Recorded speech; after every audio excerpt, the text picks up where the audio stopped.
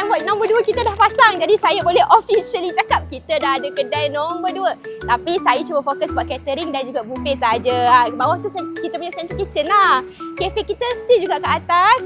Korang doakanlah, tolonglah doakan food court supaya kita boleh buka kedai kat bawah. Saya pun tak sabar nak buka kedai kat bawah, tapi saya buat masa ni lagi perlukan central kitchen dan juga tempat untuk buat catering. Jadi adalah yang bawah ni small but very important. So korang, kita punya signboard dah siap. Lepas ni korang cari je food pack. Sekarang nak order untuk catering ke buffet, makanan berbungkus, untuk corporate, semua kita boleh provide.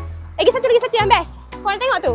Saya adalah salah seorang usahawan zakat Pulau Pinang. Jadi saya nak bagi tahu sikit lah. Sebenarnya usahawan zakat ni bukannya korang ambil bantuan zakat tu ke apa. Tak. Dia sebenarnya kita ni sebagai usahawan Islam, kita collab dengan zakat. So that zakat boleh bantu you untuk you jadi pembayar zakat pula untuk asnaf kemudian hari. Jadi saya sangat mengalu-alukan peniaga kat luar sana, please connect dengan zakat. Zakat sangat helpful untuk bantu grow kita punya perniagaan umat Islam.